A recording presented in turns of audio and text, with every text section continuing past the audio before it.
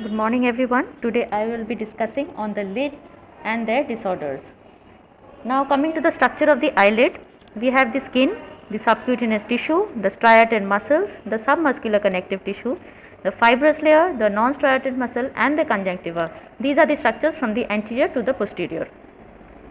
Now from the outside we can see the palpebral fissure which has a horizontal and a vertical dimension, the medial canthus and the lateral canthus. Each eyelid is divided into the orbital and the tarsal part with the help of a horizontal sulcus or a furrow. The surgical anatomy from the anterior to the posterior may be characterized as the anterior lamella, which consists of the skin and the orbicularis, the posterior lamella which consists of the tarsal plate and the conjunctiva. This is a vertical section of the upper eyelid showing the anterior and the posterior lamella. This is another vertical section of the lower eyelid. Now when we consider the fibrous layer of the eyelid, we have the tarsal plate and the orbital septum. The orbital septum and the tarsal plate are attached to the bony structure which is the bony wall of the orbit with the help of the medial and the lateral canthal tendons. Now the surgical anatomy of the lower eyelid, the structure specific in the lower eyelid which is absent in the upper eyelid are the lower lid retractors which consist of the capsulopalpebral fascia. Now coming to the blood supply of the eyelid, it is supplied by the marginal arcade which is present near up to 4 millimeter from the lid margin, which is important when we put the incision around the lids. Now coming to the glands within the eyelid, they are the meibomian glands present in the stroma of the tarsal plate, the gland of Zeiss which are also sebaceous glands in nature, the accessory glands of Wolfring and the glands of Mole. These are the meibomian glands which are vertically oriented within each lid. So it is important in case of a surgical incision where we put the incision vertically instead of horizontally while doing incision and curettage, so as to avoid cutting through multiple of the glands. These are the opening of the meibomian glands within the eyelid. Now a little bit about the embryogenesis. The development of the eyelid consists of 5 stages. The eyelid folds develop at 6 to 8 weeks, followed by fusion up to 5 months. Thereafter specialized structures start developing and continue up to 7 months of intrauterine age. Thereafter eyelid separation occurs from 5 to 7 months. Finally from 7 months up to birth the maturation of the eyelids occur. Now coming to the diseases, the inflammatory disorders, STI or hordeolum externum. It is an acute purulent staphylococcal infection of the gland of Zeiss. The predisposing factors are bad local hygiene and chronic blepharitis. The clinical features with which the presenting patient comes are severe pain and a pus point at the root of the cilium. Here we can see a pus point at the root of the cilium. The treatment is in the form of hot fomentation, topical antibiotics as well as epilation. Internal hordeolum is a suppurative inflammation of the meibomian glands associated with the blockage of the duct. The etiology may be primary staphylococcal infection or secondary infection of a chalazion. The pain is more severe in this case and the point of maximum tenderness is away from the lid margin. The treatment is same as STI, but in certain cases we may resort to oral antibiotics. A chalazion is a painless lesion. It is a chronic, sterile, granulomatous inflammatory lesion caused by retained sebaceous secretion leaking from the meibomian or other sebaceous glands into the adjacent stroma. It is a gradually enlarging painless nodules. When it is large in size, it may induce some amount of astigmatism. The nodule is present within the tarsal plate. So while when everting the plate, we can see yellowish discoloration, or when a rupture has occurred, a polypoidal granuloma may be found.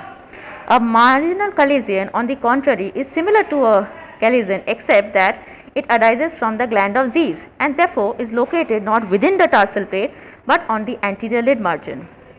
The treatment includes hot fomentation, steroid injection or incision and curettage. Now coming to blepharitis, as we know bleph means the lid and itis indicates inflammation. So inflammation of the eyelid margin associated with eyelash follicle and apocrine and meibomian glands. Broadly it may be classified as anterior blepharitis and posterior blepharitis. Anterior blepharitis again may be due to staphylococcal origin, where there is abnormal cell mediated response to the cell wall of Staphylococcus aureus, or it may be seborrheic in nature, which is associated with seborrheic dermatitis of the scalp and other parts of the body. The symptoms are burning and grittiness, mild photophobia may be present. The signs, what we see in a patient: in Staphylococcus blepharitis, hard scales and crusting may be seen. In long-standing cases, madarosis and trichiasis may be found. Tear film instability is often associated. Seborrheic blepharitis again shows hyperemic greasy anterior lid margins which tend to stick together, and the scales are soft in nature and may be located anywhere on the lid margin. Here we see certain cases of blepharitis. The treatment is lid hygiene, where the scales need to be cleaned regularly, followed by topical antibiotics and topical steroids, as well as tear substitutes. Now coming to posterior blepharitis, it is caused by meibomian gland dysfunction. The bacterial lipases may result in the formation of free fatty acids. These free fatty acids increase the melting point of the meibum so as to prevent them from expression from the gland. The tear film phospholipids layer, which act as a surfactant, are lost so as there is increased tear evaporation as well as unstable tear film. The symptoms are similar to anterior blepharitis. On examining the patients, we might find capping of the meibomian gland orifices, pouting of the meibomian gland orifices, hyperemia and telangiectasia in the posterior lid margin may be found. The tear film is oily and foamy, and the froth may accumulate on the lid margins or inner canthus. On pressing the eyelid margin, toothpaste like material may be expressed from the meibomian gland orifices. The treatment is mainly lid hygiene, expression of the toothpaste like material, followed by cleaning. Systemic tetracyclines, topical antibiotic steroids may be required. Now coming to herpes zoster ophthalmicus. It is a common unilateral infection caused by varicella zoster, mainly affecting elderly people. Immunocompromised patients are more predisposed. The presentation is pain along the distribution of the first division of trigeminal nerve. This point must be noted, it is along the first division of the trigeminal nerve. A maculopapular rash develops on the forehead. The progression is as from vesicles to pustules to finally crusting. Periorbital edema may be found. Here we see a clinical case. The treatment is with the help of systemic and topical antibiotics, and antiviral steroid antibiotic creams may be used. Now coming to ptosis. Ptosis means the drooping of the eyelids. Normally the upper eyelid covers 1/6 or 2 mm of the cornea. Any drooping beyond that is known as ptosis. It may be classified as congenital or acquired. Congenital ptosis may be simple or associated with a superior rectus weakness, with blepharophimosis syndrome, or with certain syncytial forms which are Marcus-Gunn jaw winking ptosis. Acquired ptosis again may be neurogenic due to third nerve palsy or Horner syndrome, myogenic due to myasthenia gravis, epinuretic which may be involutional where there is regression or recession of the or weakness of the LPS aponeurosis, mechanical due to tumor and swelling. Now when examining a patient of ptosis, we must always note these points: head posture, periocular fullness, frontalis overaction, scar mark under lid, any lid laxity, telecanthus or epicanthus inversus. The margin reflex distance, which is the distance between the upper lid margin and the corneal reflex when in primary gaze, is important to classify the ptosis, which may be mild, moderate or severe. The palpebral fissure height, which is the central palpebral height when the patient is in primary gaze, must be calculated in each patient of ptosis. Now with the help of Burki's method, we measure the amount of LPS action. So the lid excursion from down gaze to up gaze gives the amount of LPS action provided the action of the frontalis muscle is nullified.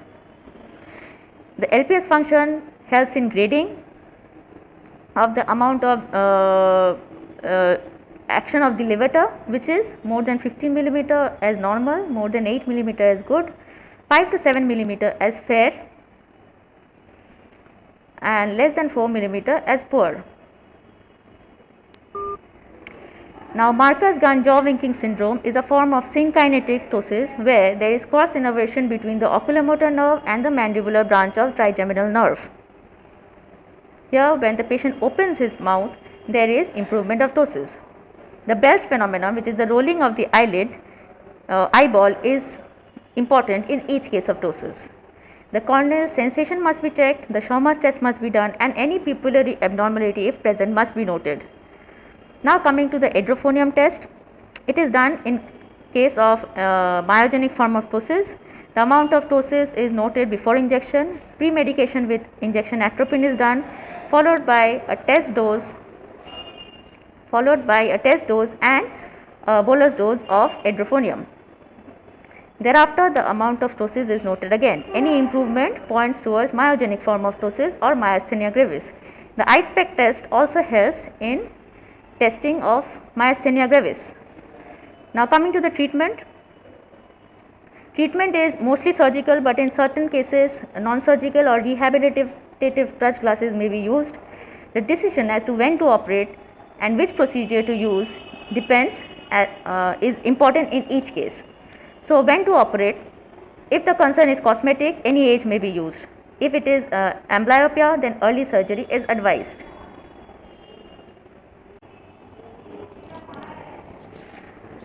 Now, coming to the choice of surgery, depending on the LPS action, we choose which surgery to implement on the patient.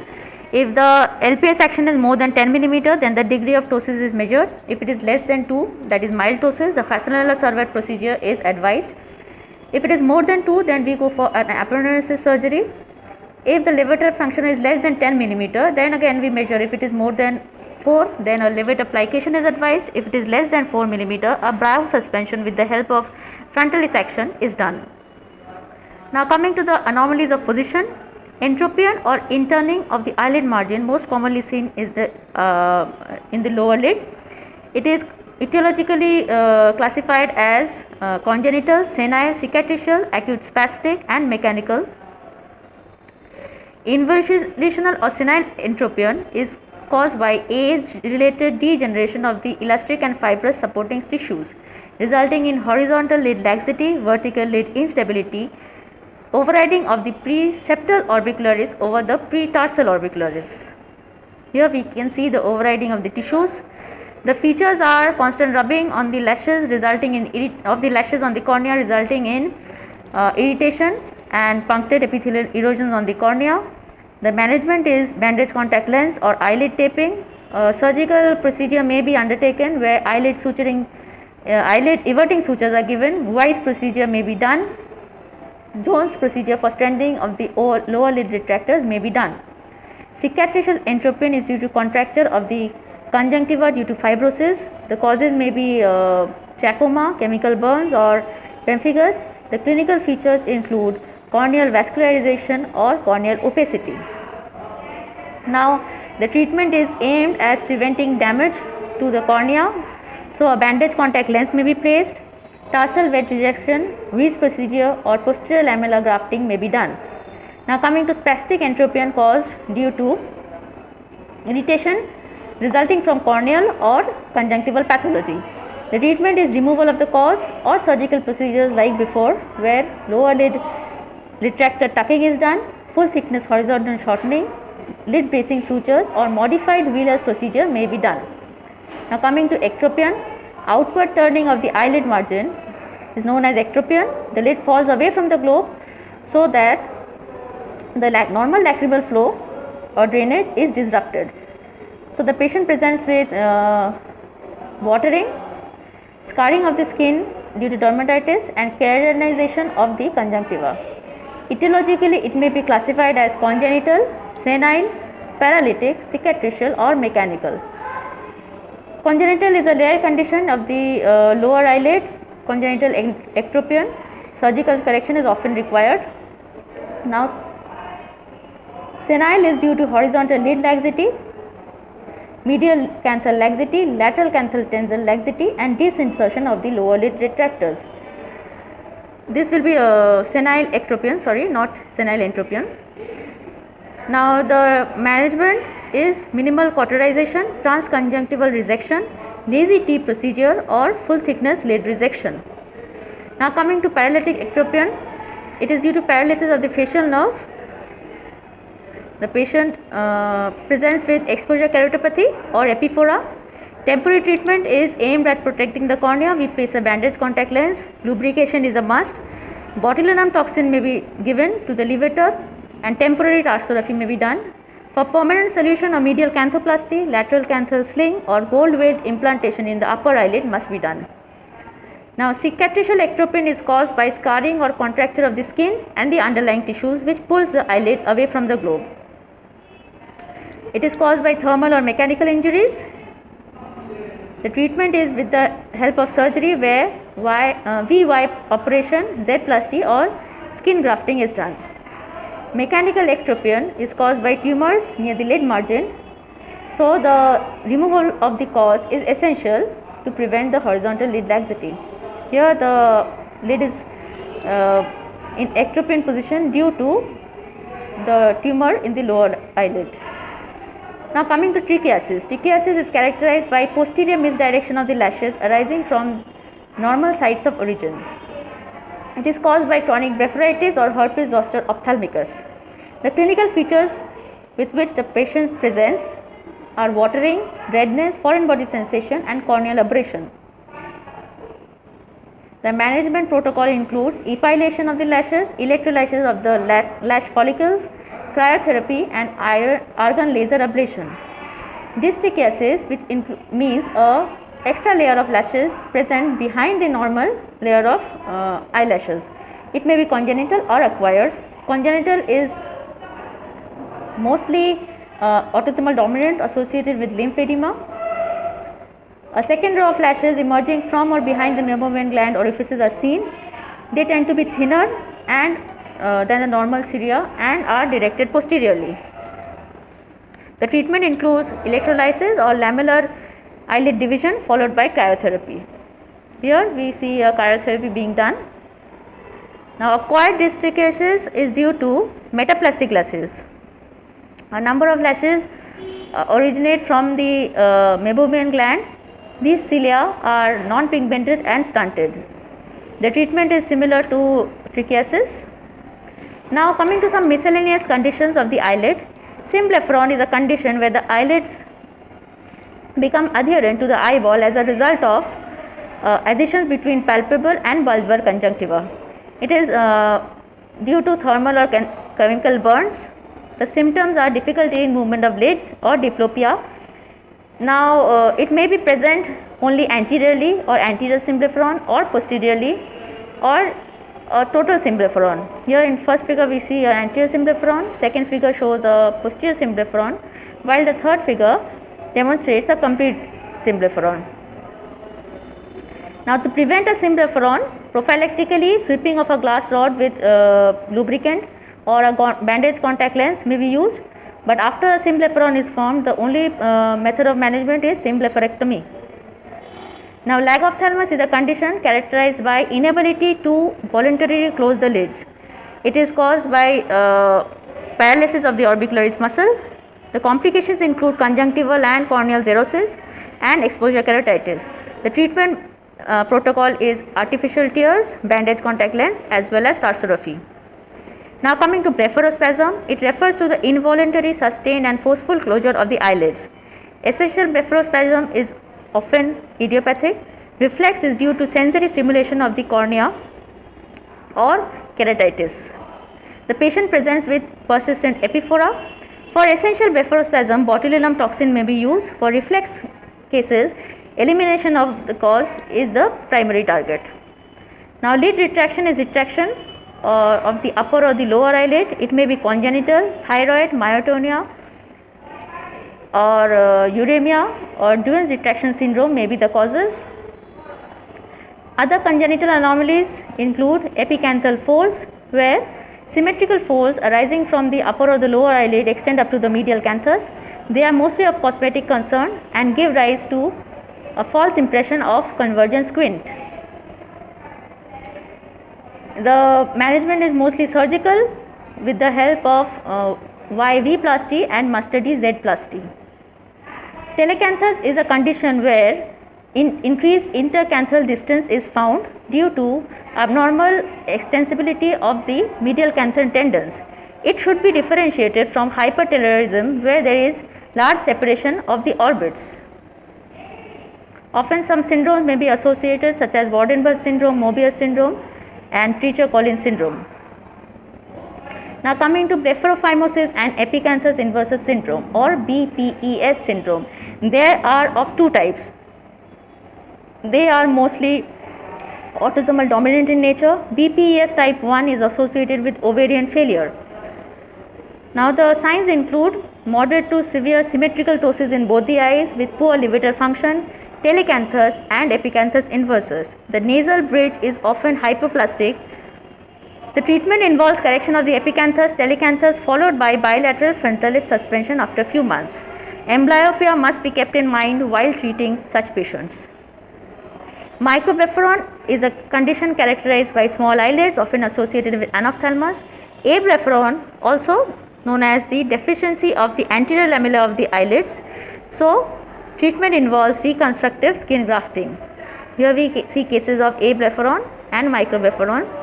Cryptophthalmos or hidden eye, anomalous developmental condition where there is failure of separation of the lids during 4 to 6 weeks of intrauterine life. So, there is a continuous sheet of skin extending from the forehead up to the cheeks. Often there is associated anterior segment agenesis and very less prognosis of vision in such eyes. Now coming to the malignant conditions of the eyelid. Basal cell carcinoma is a malignant eyelid tumor most commonly found in elderly people, fair skinned people and most common site being the lower eyelid. The chance of recurrence is great. The tumor arises from the basal cell layer of the epidermis. They proliferate downwards, palisading at the periphery, so it is often known as the rodent tumor. They may undergo differentiation, thereby forming the nodular variety, the nodular ulcerative variety and the sclerosing variety. The squamous cell carcinoma is a less common tumor than BCC, but it is a more aggressive tumor and has a propensity to spread to regional lymph nodes. Careful surveillance of the lymph nodes are therefore essential. Perinodal spread is also common. The most common site is the lower eyelid and history of chronic sun exposure is often present. They may histologically show certain atypical epithelial cells with prominent nuclei and eosinophilic cytoplasm. They normally arise from the squamous cell layer of the epidermis. Clinically, they may be the nodular variety, the ulcerative variety and the cutaneous horn variety. Now coming to sebaceous gland carcinoma. It is a very rare slow growing tumor found in elderly population arising from the meibomian glands or the gland of Zeiss. The most common site is the upper eyelid. It can be prognosticated based on the upper eyelid involvement, a tumor size more than 10 mm, duration of the symptom of more than 6 months. The clinical varieties may be nodular squamous sebaceous gland carcinoma, spreading sebaceous gland carcinoma or pagetoid spread sebaceous gland carcinoma. They may often be mistaken as chronic blepharitis or may resemble a chalazion. Now, all sorts of lid malignancy need to be excised and biopsied. After excision, the reconstruction procedure becomes a tricky part for every surgeon. Now, depending on the tissue removed, whether it is full thickness or partial thickness, the decision has to be made as to how to reconstruct the eyelid. The small defects involving less than 1/3 of the eyelid can be closed directly, approximated directly. If necessary, a lateral cantholysis may be used to mobilize the additional tissue. Now, moderate side defect up to half of the eyelid may require a flap, a tensile flap for closure.